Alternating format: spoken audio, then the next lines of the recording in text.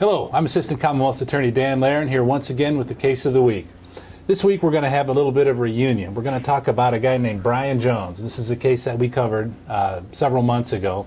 Mr. Jones came to us being faced with a number of criminal offenses. I had him for a narcotics transaction, a drug deal that he was caught doing with the narcotics people.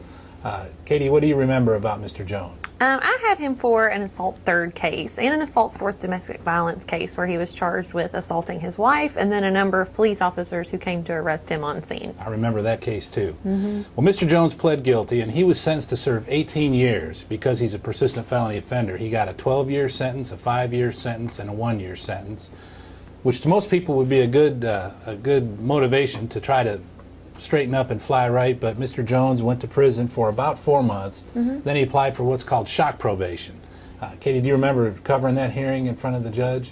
I do remember that. He actually filed for shock probation, and we objected because of the nature of the offenses and the fact that he was a persistent felony offender, but he was still granted shock probation. He was. Now, we had mentioned in this earlier case that we would keep an eye on Mr. Jones, and we did.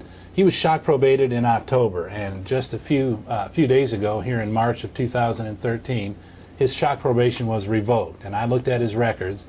He was on shock probation for about 135 days, and he was incarcerated in the Fayette County Detention Center for just over 55% of those days.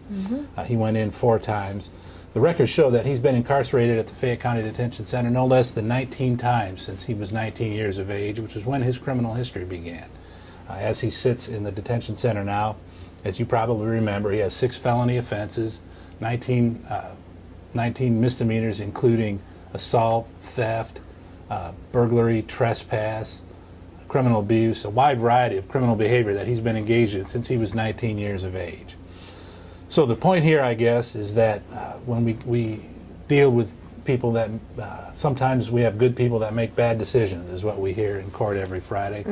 Sometimes we have maybe people that are bad people making bad decisions.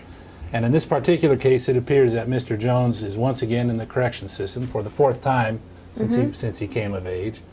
And I don't know what he'll do as far as parole or rehabilitation, but I do know that he will not be committing his theft, burglary, or assault offenses here in our community for the foreseeable future. For the foreseeable future, at least. So there you go. I'm Assistant Commonwealth's Attorney Dan Laren. This is Assistant Commonwealth's Attorney Katie Mattingly, and this is the case of the week.